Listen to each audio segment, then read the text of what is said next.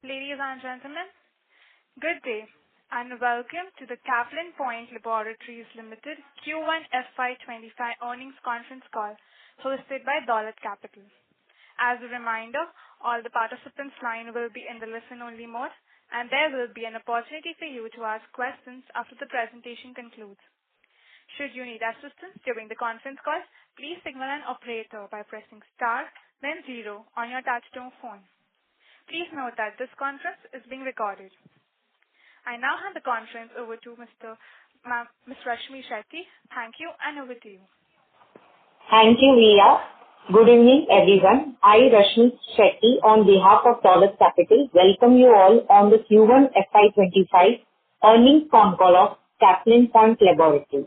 I would like to thank the management of Caplin for giving us this opportunity to host the call. Today from the management team, we have with us Mr. C.P. Parthiban, Chairman, Mr. Vivek Parthiban, Chief Operating Officer, Dr. Sridhar Ganesan, Managing Director, Mr. M.D. Muralidharan, CFO, and Mr. Satya Narayan, Deputy CFO. Over to you, sir. Thank you. Thanks and welcome to our earnings call to discuss the results of Q1 2025. Please note that a copy of our disclosures are available on the investor section of our website as well as on the stock exchanges. And also do note that anything said on this call which reflects our outlook for the future or which could be construed as a forward-looking statement must be reviewed in conjunction with the risks that the company faces. The conference call is being recorded and the transcript along with the audio will be made available on the company's website as well as exchanges. Also do note that the audio call is copyright material of Caplin and cannot be copied, rebroadcasted or attributed in press or media without specific written consent of the company. I would like to hand over the floor to our chairman for his opening remarks, please. Thank you. Good evening, ladies and gentlemen. Welcome to our investors call. Year 2024 is the 30th year of Caplin as a public listed company, and some of my learnings are as follows. If you are the chairman or CEO of the company, you have to reinvent or remake every 3 months to present your quarterly results. Number 2, the manager job is to ensure cash flow and profits comfortably. Number 3 is all about carrots and sticks. Number 4, you should not forget the fact that you don't own the business owns you. Now, let me come to some of the specifics. First, a comparison of the annual reports of year ending 2014 versus year ending 2023-2024. The top line of 2014 was 177 crore, which has increased to 1,761 crore now. The PAT was 26 crore, which has increased to 461 crore. And then the cash reserves were 27 crore, which has increased to 969 crore. The market cap was 292 crore, which has increased to 12,000 crore. And the liquid assets stands at 1,850 crore in the last 10 years. It will not be out of place to mention that Caplin, is a turnaround story. And most of the turnaround stories, the promoters actually promotes more of their wealth, but we chase the excellence and created profits, cash flow to Caplin. We are able to build the company from nowhere to now here in the last 10 to 15 years successfully. We took the stakes and offered the carrots to our stakeholders. When I say that we took the stakes, I mean that, we took the physical risk by traveling to the war zones and created the benchmarking cash flows and profits for our company. Since we could sustain and scale up the cash flow and profits, we are definitely delighted to present our quarterly reports. Our unique ideas and business model differentiation has the potential to change Caplin to the next orbit. We also promise you that next 5 to 10 years, we will create the purple patch to Caplin. We had the courage to walk in the dark. Now we will follow our walk the talk. As you know well, today's business is to know 99% about 1% of something that really matters for a phenomenal growth. The rest is survival treadmill or downhill journey. What matters here are the few business essentials and focus on these essentials. The business in our Latin American market is a choice coupled with our first-hand experience at the bottom of the pyramid.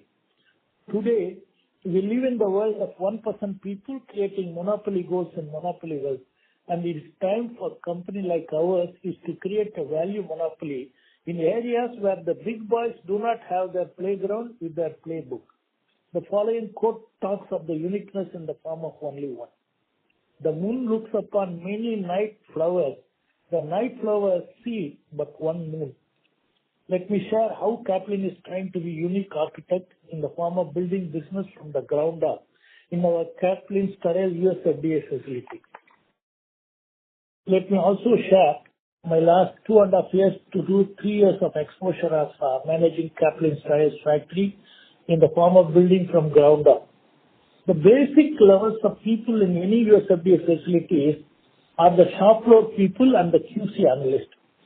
If one can ensure discipline and skill set in the two areas, it is the most important issues such as deviations in the shop floor and the OOS in the QC will be totally eliminated over a period of time.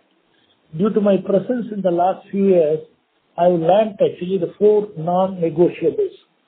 1 is integrity, 2 is quality, 3 is safety and productivity. We also understand the importance of 4 inevitables for the factory. 1 is automation, the other one is digitization. The third is machine learning and AI. Of course, the first 4 non-negotiables and the 2 inevitables are already there, and we are very keen to ensure actually that all these non-negotiables are regularly implemented from bottom to top. And then we are currently automating and digitizing our US FDA factory, which we will do in all our factories in future too. Coming to US business is managing the manufacturing with the 4 non-negotiables, which is very, very important compared to the marketing in US. The reason is there is no marketing for a generic, it is only distribution. Now, let us look at our own front-end presence in USA and the new features that we have planned to inculcate in our distribution model in US market. We have 24 ANDAs which are our will be marketed through our own actually front end in addition to partners who are doing business currently. The focus will be more on distributing our own products effectively in the future. The new concept would be to source and outsource with our current resource, which is our cash reserves, source the products from the CMOs of India and other countries, buy and sell the products from the wholesalers of USA, which is the effective second layer of distribution hierarchy. There are virtual companies who do big business without even having their own ANDAs. Their model is to cater not only in US market, but also supply the shortage products in UK, Europe, and other places of regulated markets. We will definitely have an upper edge compared to virtual companies as we are building our own pipeline of products, our business of LATAM and the expansions. Recently, we created a warehouse for our Chilean business in the capital of Chile. We have registration to the tune of 72 products. Business from Peru, Costa Rica, Mexico is improving slowly based on the registrations. Generating more orders for our Onco products from the institutions are also guaranteed. And we also started one more warehouse in Guatemala, which we are sure of will increase the cash flow and profits. And we also started branded generic business, which is increasing in 3 major countries of Central America, which is Guatemala, El Salvador, and Honduras. Focusing more on registration in Mexico and Chile, which is also actually one of the key areas for our future business. Brazil audit is likely to be slated in the next week. This will also open up more opportunities. Coming to projects, we will complete Caplin on Onco injectables by March 2025. The OSD already started. The remaining 3 Caplin 1 facilities especially the injectable Onco API and OSD are still work in progress. Once we complete all these Caplin 1 factories, we will enjoy a tax benefit of 8%, which will also help the company to increase the profitability. We finally selected a senior executive by name Mani from Olam International, which is considered as Fortune 282 company. He's here to develop our own software such as logbooks, BMR and BPR to start with, which is again a unique actually for a company of our size. This will not only be useful for our own factories, we will also use it as a marketing tool with companies in China and Mexico where they need digitalization. We will offer our software and take up the exclusive distribution of some other unique products for regulated markets of South and North America. The last but not least is the women empowerment in our shop floors of the factories and also as analyst in QC. Caplin is always the voice of the voiceless, such as we cater to the bottom of the pyramid in Latin America. We are building the bottom of actually architecture in our US FDA facility. Our creamy layer has not only come from the BOP, also from the middle of the pyramid by offering quality medicines at affordable cost. We understand that catering to the poor is also a strategy if you have right model of cash flow and profits. It's happening and it will continue to happen. Thank you. Thank you very much. Thank you. Thank you, Chairman. I will just give a little color into the U.S. business before I hand over to our CFO for the finance highlights. We had another good quarter in our growth in the U.S. We were able to beat last year's quarter by almost 70%. And we were able to keep the same split of 75-25 in terms of product revenue and milestone, but albeit at a higher base, which shows that our productivity is indeed going up. We were able to put our expanded capacity to good use with our line 5 output being higher than line 1 and 2. We've been able to streamline further the whole manufacturing process, and we are dedicating soon enough injectable lines in line with the way they are sterilized. So this should augment our output even further in the coming years. We're at a high level already in terms of automation when it comes to our quality control and microbiology divisions, where we are nearly 70 to 80% paperless. We're in the process of converting our physical logbooks across the site, which are several hundreds in number, to digital logbooks. This is a precursor for conversion of all of our batch manufacturing and packing records also to be converted to electronic formats. This is when we will go as close as possible to a paperless facility, which is something in line with what we've always relied upon, which is our 4 pillars of non-negotiables, which the chairman mentioned, that is integrity, quality, safety, and productivity. And our new CTO, Mr. Mani, will be spearheading maximum efforts in this. Another important update from our site is the progress that is being made in terms of our front end in the US. We already have 5 people on board from reliable and trustworthy and successful companies that they've worked at in the past. We've received already 45 out of the 50 states licenses, and we are on track to receive the next 5 in the coming few months. We plan to come to market with our own Caplin Sterile label by October or November of this year, and we plan to launch around 30+ products within the first 12 to 15 months. Sticking true to our parent company's success mantras of taking the road less traveled, we are replicating the same in the US by targeting the smaller warehouses and IDNs rather than the big 3, where we feel our pricing and consistency would be much better established, even if the growth in top line is a little bit slower than what some of the larger companies have done in the past. The other mantra for Caplin is also being pro-outsourcing, which we have done in the past from China and we continue to do. This is something that Chairman also touched upon, where we are looking to in-license products from other highly quality-conscious companies, which will further augment our offering to the market. We feel our US presence will eventually be known for our strength in distribution and range, with a back-end supported by high-quality conscious manufacturing. Thank you, and I request Mr. Murali to throw some color on the finances for this last quarter.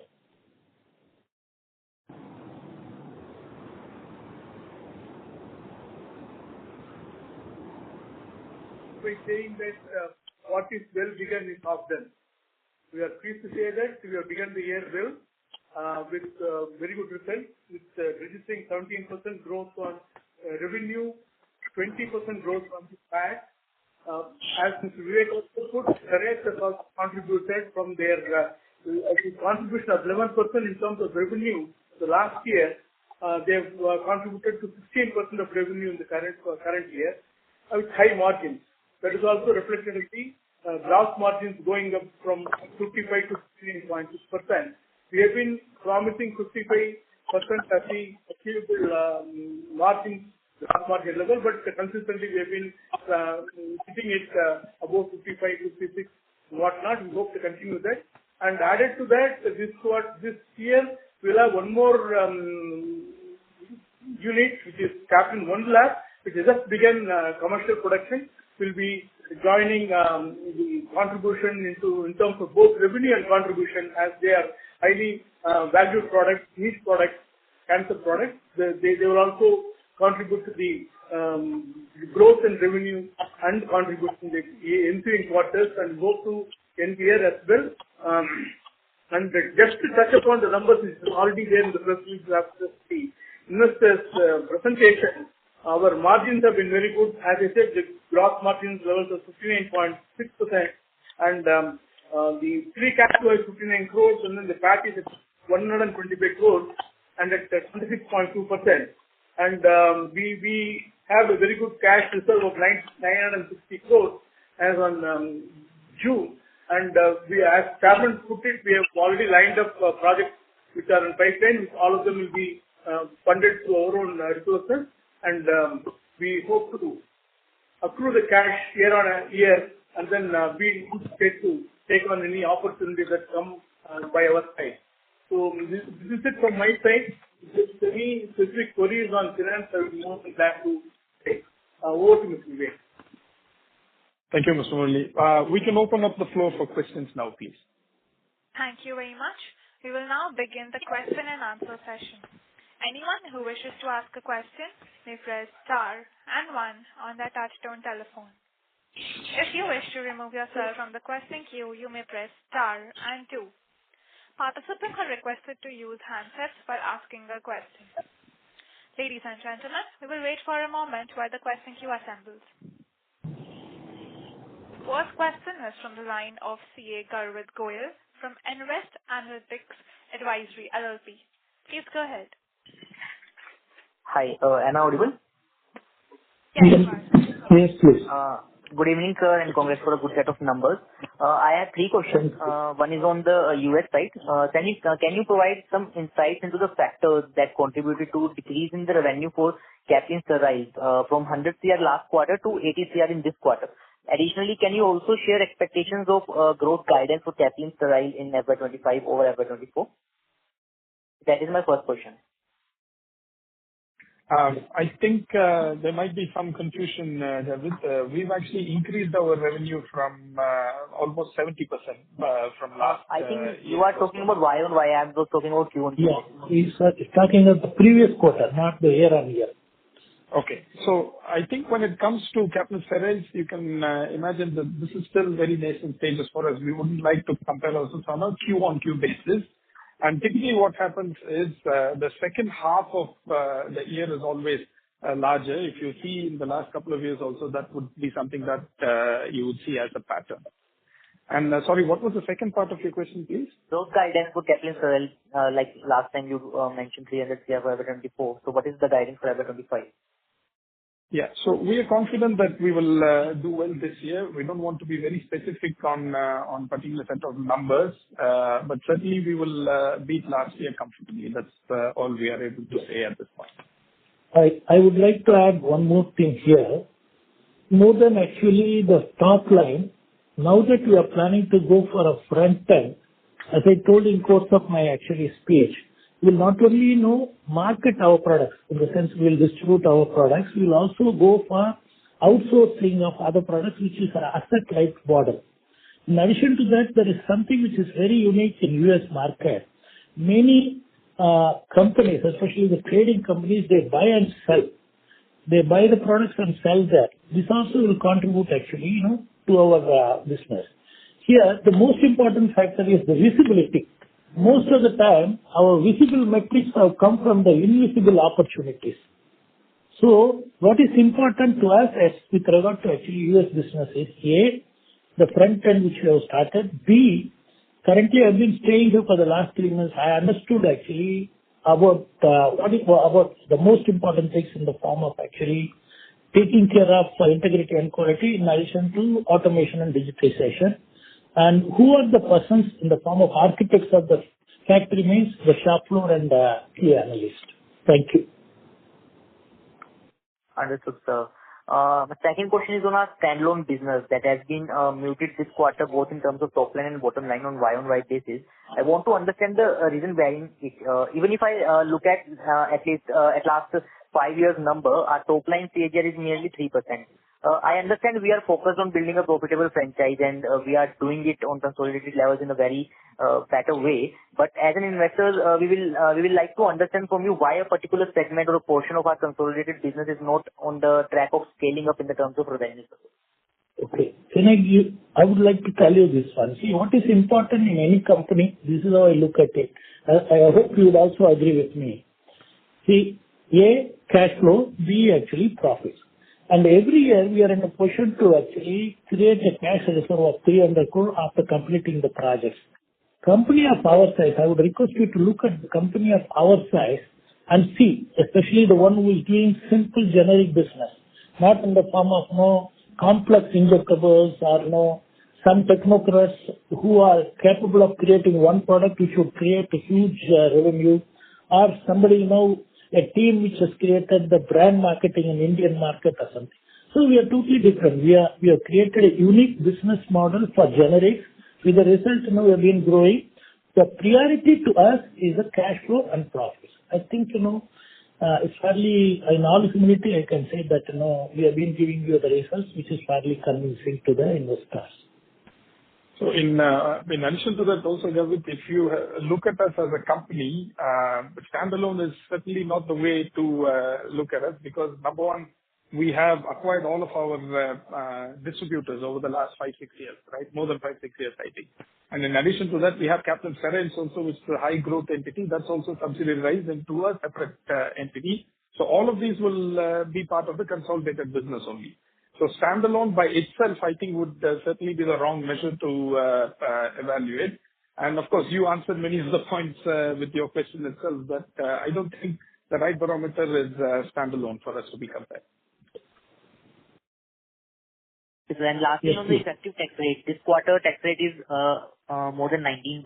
So what is the expected tax rate for full year, sir? Would request the CFO to do. So what is it? Can you please repeat the question? The tax rate for the coming year. Effective tax rate, sir. Yeah. As we have been maintaining, it will be hovering around 20%. 20% on a consolidated basis. 20%. I think last year it was 18%, right? That's okay, yeah. This is how it is. When the units are making losses, we had created deferred tax assets. It was a tax shelter kind of thing. Now, whether you want the company to make profit or be at a lower rate, it's a decision we have to make. Got it, sir. All the best for the future, sir. Thank you very much. Thank you very much. Thank you. The next question will be from the line of Tushar Manudhane from Motilal Oswal Financial Services. Please go ahead. Yeah, thanks for the opportunity. Sir, on Caplin Steroids, would it be possible to share the gross margin, EBITDA margin? Because CFO or Satya to take this, please. Hi, this is Satya Narayan here. The EBITDA of Caplin Steroids for this quarter ended June 24 is 19.3 crores. 19.3 crores. So, just trying to understand, and gross margin how much? So the gross margin would be around close to 65%.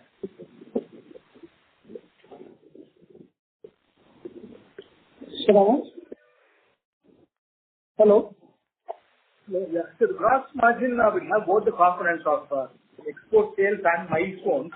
So for tracking purpose, EBITDA would be a better number because the combination of sales and service income will keep varying. So your gross margin, but to share it is 73% for the quarter, but that would not be a number to track. So is it the U.S. business which has, helped us get better gross margin both year-on-year and as well as quarter-on-quarter, or is it ex-U.S. business also we have seen improvement in the gross margin? Tushar, your line is not very clear. We're not able to hear very well. So just a second. Is this better? Yeah, a little better, please. Please repeat your question. Just trying to understand, this quarter we had much better gross margin both quarter-over-quarter as well as year-over-year. Is it driven by the Caplin sterile or the lack of business? No, actually, I was just opening remarks. I was mentioning the contribution from the sterile, which is high value, high contributing gross margin product, is increasing in the total kitty.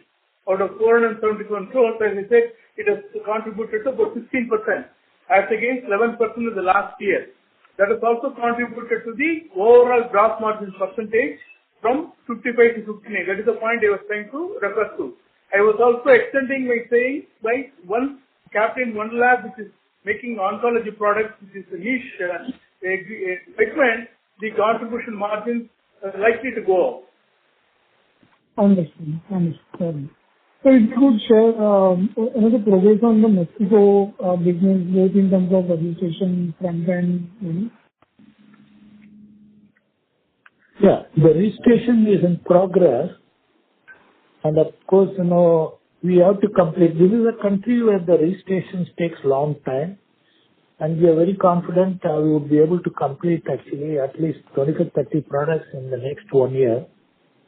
We will not be in a position to start actually business in a big way. We are getting our business in bits and pieces from Mexico. So a lot of products are being filed, and there are products which are in the pipeline also, and some products are in the Ministry of Health. Hopefully in 1-2 years, we will do very well in these bigger geographies of Mexico and say Brazil and Chile. Yes, please. Understood. And when do we see the approvals for already registered products? Is it like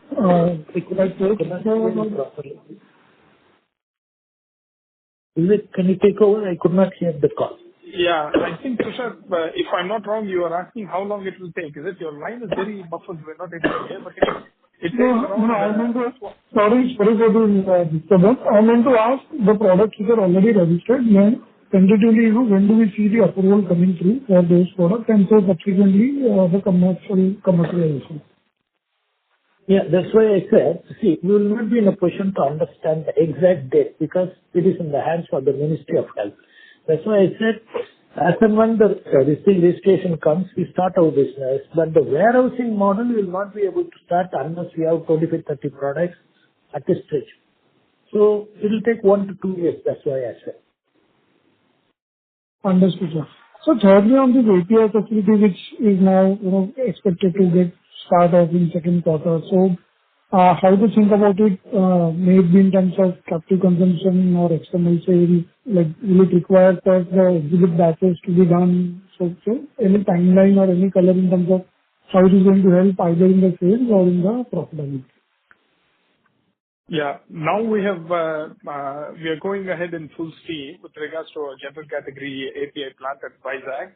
And hopefully by end of the year, we should be in a position to start taking trials. But I would say that we are probably around 15 months to 18 months away from filing DMFs from that plant. Again, the thing is, we need to focus our attentions and priorities on what are important and urgent. Right. So for us, that is expansion of capacities in Caplin Sterile. That is making sure that our onco site continues to break even as quickly as possible. The thing about API is it's really certainly good to have and not a must-have, right? Because we have multiple API sources that we can buy from outside, and our margins are anyway at a decent level. So this will be much more in terms of augmentation of our supply continuity and margins, etc. But if it gets delayed by another couple of quarters, it's not going to affect the company in any way, any shape or form. Understood. And lastly, given the kind of cash the business is generating and the CapEx is already, funded through internal accruals, so what is thought process on, utilizing the cash, which is available on the balance sheet? Yeah. Coming to the cash risk. Can I go ahead? Coming to the cash results, see, ours is a company, in fact, the 2 or 3 meaningful acquisitions, probably this can happen over a period of time, are a brand marketing company, B, a distribution company, which has got a very good network of supplying to actually various institutions or pharmacies which are at the bottom of the pyramid. C, we will also go for some brands if it is actually meaningful. And if everything goes well, there is a possibility of acquiring some ANDAs also. So which means, it's better to keep the cash actually as a result to go for no acquisition advantages. All right, sir. That's perfect. Thank you. Thank you. Thank you. The next question is from the line of Aman Soni from Invest Analytics Advisory LLP. Please go ahead. Hello, am I audible? Yes, please. Just one question. Do you see any kind of headwinds coming in that may prevent us to achieve our target for this year, that what we had earlier anticipated at the beginning of the year, sir? We'll continue to achieve what we have been achieving. See, in any business, there are complexities, challenges, logistical issues, as you know well. But when you have your own actually business model in the form of keeping the stocks closer to the customer, the challenges becomes opportunities. In case if there is a rise in freight, what will happen? Many companies, especially smaller companies, they will hesitate to send the consignments because their profit would be reduced actually to minimum. That's the time we will have opportunity to sell more goods at a higher price also in the market. So like that, every challenge has got an opportunity also. Unless there is such, even the worst thing which has happened in the last 100 years is COVID. COVID also improved the sales in pharmaceuticals. So we will not allow the crisis to go waste. That's how we like to take it. Thank you. Thank you very much. Thank you, sir. Thank you. The next question is from the line of Nirvana Laha from Badrinath Holdings. Please go ahead. Hi, thank you so much for the opportunity. Sir, I want to understand in more detail about your front-end plans for USA. I've tried understanding it from the various calls you've done before. But as I understand, in the USA, there are 3 or 4 large wholesalers, pharmacy benefit managers. Even the pharmacy chains are highly organized and very large, like Walgreens and all of those. So if you can explain exactly what we are planning to do there right now, and how does it compare with the larger, generic players out of India? What do they do different, and how are we going to be different? Yeah, go ahead, Vivek, first, and then I'll add some color later. Yes, sir, Chairman. So I think on paper, what you said is absolutely right. I think there are 3 very large GPOs and wholesalers and stuff, and they control most of the market. But the truth is there is a high amount of non-compliance over there because people are unable to supply product or maintain supply continuity for various reasons, primarily being the prices coming down to an unsustainable level. So if you look at Caplin Point as a company, we've always been taking the road less traveled, and we've always looked at what is, hiding from plain sight, right? So we understand that the other side of the market, which is not covered by these very large players, are still significant enough. And given the right kind of value proposition with sustainable pricing and supply, there could be a fairly decent business model to be established. In addition to that, if we also take another leaf out of Capital Point's book, which is to outsource some products from highly quality conscious companies, we can really expand our offering from our current number to even twice that number within the next 2 to 3 years. So we will not be going after very large, contracts or anything like that, because that will be sort of a race to the bottom when it comes to pricing. So finally, what I would say is you cannot really compare this to some of the very large companies, because typically what happens is, they will always be chasing top line. And if you want to be chasing top line, I think, you need to go to some of the very large players, irrespective of what kind of margins they offer you, what kind of draconian, clauses in the contract that they offer you. So we would be treading the road less traveled here as well with smaller accounts. Okay. I would like to add one more. Products available next to the customer becomes valuable. The reason being, most of the time the customer wants immediate supply. If they place the order actually to the customer who is in India, if he has to export it from India, it takes long time. That's one of the reasons. If you look at actually all the successful actually communities, starting from Jews to others, they all migrated from one country, like 2 generations, 3 generations before, and settled. Today, the Jews control, I was told, 33% of the business, 33.5%. Where did they get all these things? They got it only from the market. They struggled, they faced the issues, and then they understood the reality, and they worked with the reality and created what exactly, is what they conceive and believe they have achieved. See, that's the same way if you look at actually companies which are into US market, there are 3 types of companies. I'm sure you are aware. The small one, most of the time, is a CMO, is a contract manufacturing facility. The big ones, they only look for the creamy layers. They are not very keen actually to focus on the poor. And we are under the impression that, change is the only thing which is permanent. Poverty also is permanent in the world. And the only issue, the poor is not actually pro-prosperity, is pro-poverty. Unfortunately, he remains poor. But if you have a wherewithal to cater to the poor, I'm sure, again you can create a creamy layer for your company.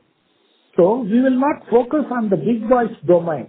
We will position ourselves in a place which is ignored by the big boys and which is not actually reachable to the smaller companies. That means for a smaller company, it will become a big entry barrier. For a big company, it's a very small business.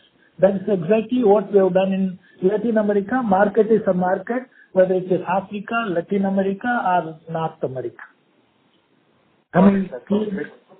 Sorry, sir, just to ask a follow-up. So with our front end in USA, are we planning to therefore target certain independent pharmacy chains, or is this geared towards more institutions? No. We will not go for got it. I will not go for an independent pharmacy chain. We will only cater to the bottom of the business pyramid. See, the pharmacy chains also in US, very well, is monopoly. That doesn't mean actually they control entire 100%.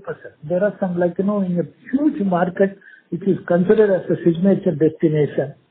There are at least 10% of the people if you could cater, or 1% of the people if you cater, 10% maybe individual pharmacies, I don't know how much is the percentage. If you could cater even 0.5% of it, then of course that itself actually will become that will strengthen your bottom line.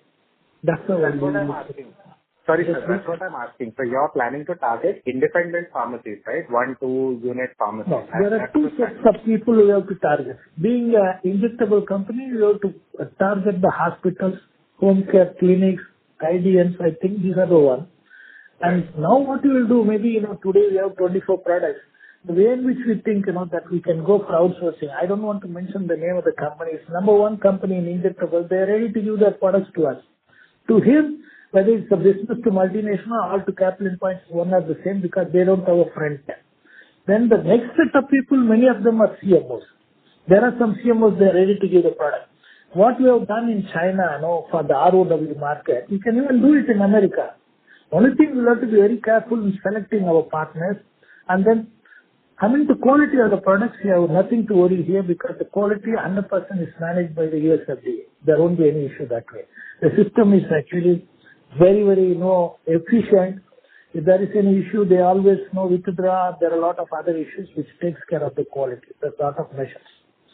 So, model, it's your business model which is very important. Yes, please. Sure. Sir, your sourcing capabilities, we have seen enough evidence of execution. I was more trying to understand the front end in a market like USA, but okay, I will also take this offline with you, sir, if you permit. My second question is on API. So I think Chief Operating Officer, sir, was saying that APIs can wait because, they are not an immediate need for the business. So what I wanted to understand is when the oncology and OSD APIs, everything comes online, what percentage of our own manufacturing will get backward integrated? Like if we, out of 100, how much will get backward integrated, and what kind of margin uptick can we expect from that? To be honest with you, at this juncture, it's better to focus on Eisenhower matrix, as he rightly said, urgent and important. So what is going to create more revenue, more cash flow to the company, as I told you before, is the business model. And we are not a company where, it is, promoted by, technocrats. And when you are from a low starting point, it's not easy to attract the talent, which is actually, like the way you see in other cities like Hyderabad or Vizag or even Bangalore or in some parts of Ahmedabad or Mumbai. You know very well, Tamil Nadu, the ecosystem for pharmaceutical has not been extraordinary. We are trying to create an ecosystem internally. It takes time. So what we will do is the priority. The priority is to focus on major areas. One is today, Latin America, of course, continue to grow. We don't focus so much on Latin America. We want to focus on US because US is the gold standard for actually any company. If they can really make it happen in US. So the role of API coming to US business is very minimal in terms of profit and cash flow. The role of your business model is much more important than the presence of other areas. Okay, sir. So what is the total capex amount going towards our two API facilities? I would request the COO to answer your question, please. He knows. Yeah, we are targeting probably another 20 crores in total for our Vizag facility, and for our oncology API is probably around 60 to 70 crore at max. And to your earlier question, I think if I need to throw some light on it, we'd be a lot more backward integrated when it comes to oncology products compared to general category. Just purely by way of the sheer number of products that we do in general category compared to onco.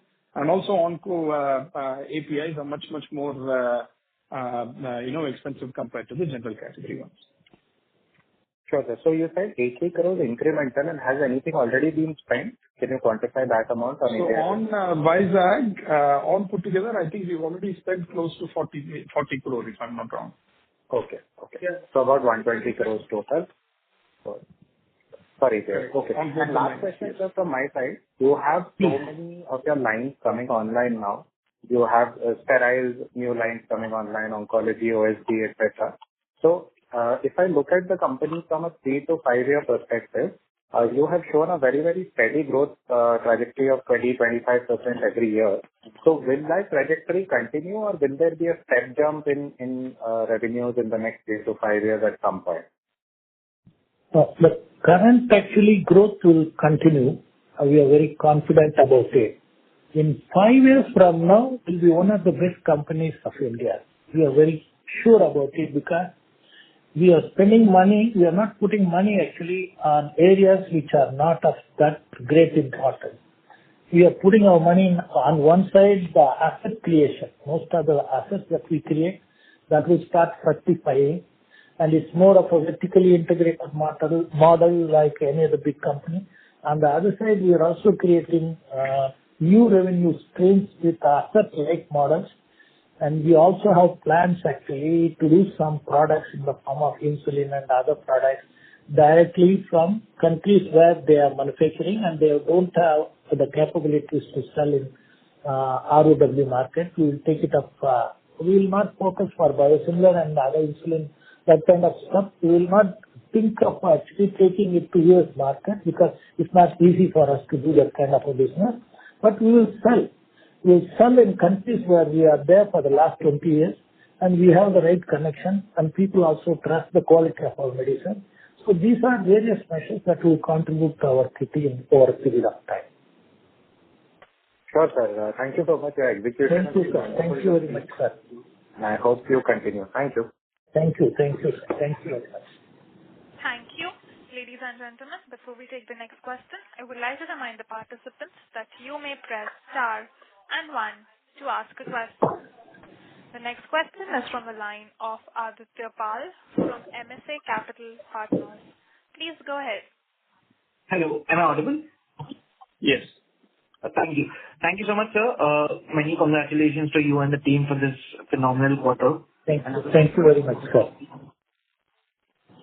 Just wanted to understand, so when I look at Caplin, ex-Caplin Sterile revenues, over the last two years, that is FY'22 to 24, it has been in high single digits. Any particular slowdown you're seeing, or we are just getting ready for a steeper jump by registering products in the larger LATAM region? The single digits you're talking on the top line, I believe. Am I right? Yes, sir. Yes, sir. So I'm sorry to say, top line is actually vanity, bottom line is sanity, cash is king. That's what they say. So you want us to focus more on the top line. Are you not happy with the bottom line and cash flow? No. You're doing a phenomenal. Just wanted to get a color because I'm a bit new to the company. To be very honest with you, it's not actually that easy to do on all fronts. The reason being, we have to focus on areas where we are capable of actually strengthening the bottom line and cash flow. When we think of top line, to be very honest with you, there is a possibility of selling our generics in credit. That will affect the cash flow. That will also affect actually the profit, because profit in the books actually is not the real profit in the bank. So you know very well. So with the result, what happened now, we are trying to build the facilities on one side, and the other side focus on actually our own core competence in the form of our Latin American business. And most of the companies, as you know well now, they consider US is actually the landmark is the best market in the of the world. So we are also trying to get into that gold standard business. It will take time because we are little late bloomers in that area. There are companies which went into the market 20 years ago. Our first ANDA came in 2016. Now that we have around 24 ANDAs, we are sure of doing good business in South and North America. That maybe after 2-3 years, again, we will also increase our top line. That is for sure. Understood. Just another question that I have on gross margins. So another phenomenal quarter for you on increasing gross margins as well. But going forward, with the addition of our oncology products, do you see the gross margins further expanding? You are very confident. Okay, go ahead. As we mentioned in respect of CSL, the gross margin today is a combination of 2 or 3 streams of revenue. One product where there's a COGS and the margin will be slightly different, and where there's a pure profit in terms of service income like milestones and the profit share, which is 100% margin. So it depends on the mix. Oncology I mentioned because they are all niche products and there's a possibility of increasing the gross margin level, and that's a mix. So we are looking at a company as a total composite mix.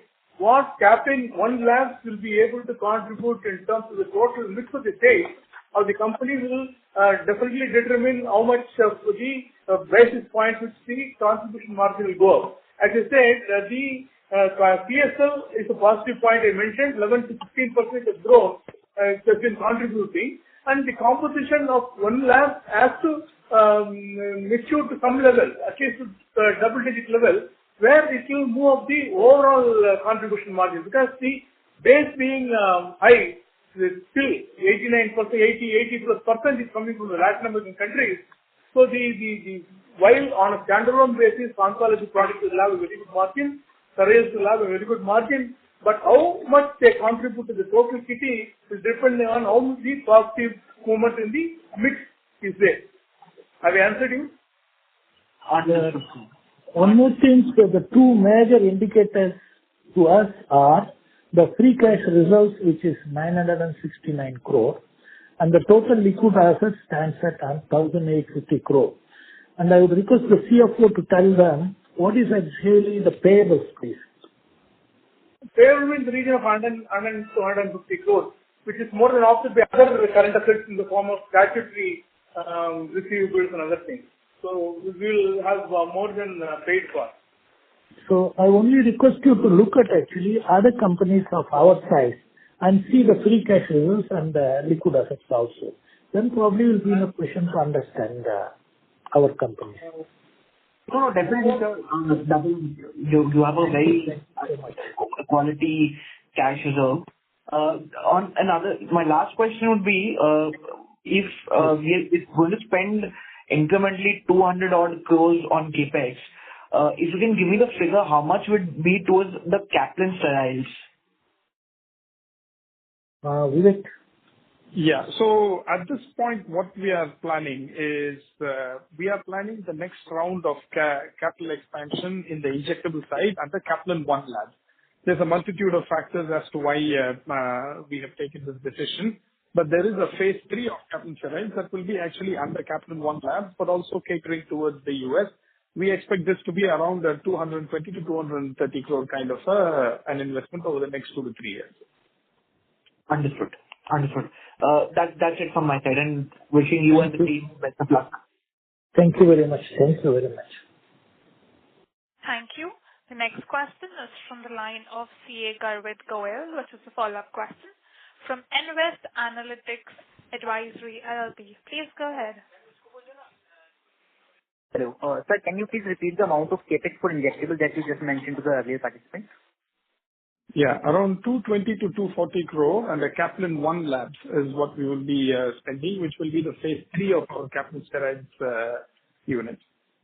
Phase 3 of Caplin steroid only, right? It is for injectable. So no, the thing is, again, I don't want to get into the nitty-gritties of it. So this is phase 3 of our injectable division that is focused towards the US, but we will be doing this under Caplin One labs, and this will happen over the next 2 to 3 years. Understood, sir. Thank you very much, sir. Yeah. Thank you. Thank you. The last question for today is from the line of Alisha Mahavla from Envision Capital. Please go ahead. Hi, sir. Good evening. Thank you for the opportunity. Couple of questions. One, can we... So sorry to interrupt you. Alisha, can you speak a little bit more louder? Sure. I hope I'm audible. Yes. Yes. What is the number of products that what are the number of products that are registered in Mexico and Chile, and how many of those are launched? Chile, we have around 72 products, 70 to 72 products. Mexico, I think Vivek knows the exact number. Yeah. We have around 8 to 9 products at this point. We have launched a couple of them. Some of these are very tender-oriented products. So we actually, like Chairman said, until we get to about 25, 30 products, we don't plan on launching our own warehouse and front-end sales in Mexico until we hit the right kind of portfolio, you know. So probably another 18 to 24 months is what we're looking at to have day-to-day sales over there in Mexico. And Chile, of the 72 products that are registered and approved, how many have we launched? Because we were Yeah, we in fact, thank you. We in fact started our warehouse recently. One of the Indian guys stationed there, and the market actually is 70% government and 30% private market. Currently, we are going to focus on the private market because the volumes, even the volume is lesser, the profitability will be higher, and we will also get into the institution business over a period of time. We have registered 10 overseas by using our CRO. We completed the GE studies. So next year we are sure to get actually very good returns from Chile market. Understood. And the sharp increase in other expenses, 82 crores in this quarter versus 55 crores in Q1 24. What would be the reason for almost a 50% jump?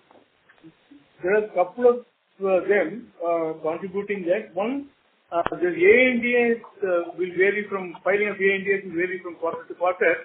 We have filed 3 ANDAs in the quarter, which is about 6 crores. That is attributing to that. And as we have mentioned, we have been following our company. Last year, we took a call to migrate to CA for our subsidiaries for achieving the optimal freight rates and container availability. So the freight rate is an expenditure in the books of accounts Caplin as against COGS for the subsidiaries. That is another reason why it has gone up, and we have been taking part in the market promotion expenses that has also contributed to that. And while the sales has grown up by 17-18%, your power and fuel and other expenses relating to the manufacturing has also gone up. Though not in tandem, they have gone up. These are the basic 2-3 reasons for increased expenditure. We still believe that you should look at EBITDA margin has gone up from 31 to 32%. That's an increase in. That means that we have been able to absorb the increased expenses and then still report a higher EBITDA. Yes, that is correct. Yes. And my last question is, in Caplin Steriles, we have an investor, and I believe that the investment term is till 2025. So any discussions on exit for them or next plans for Caplin Steriles?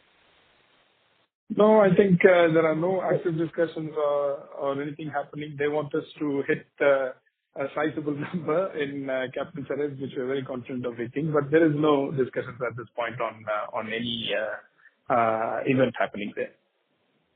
A couple of years back, we were targeting $100 million sales in Caplin Steriles by FY'27. Are we still on track to do that? We are very confident that we will be able to achieve it. Okay, great. All the best and thank you. Thank you very much. Thank you. Thank you. Ladies and gentlemen, that was the last question for today. I would now like to hand the conference over to the management for closing comments. Thank you very much, Dolat Capital and all of the participants that came together today to hear about our earnings and our story, and we look forward to being in touch with you. Thank you very much.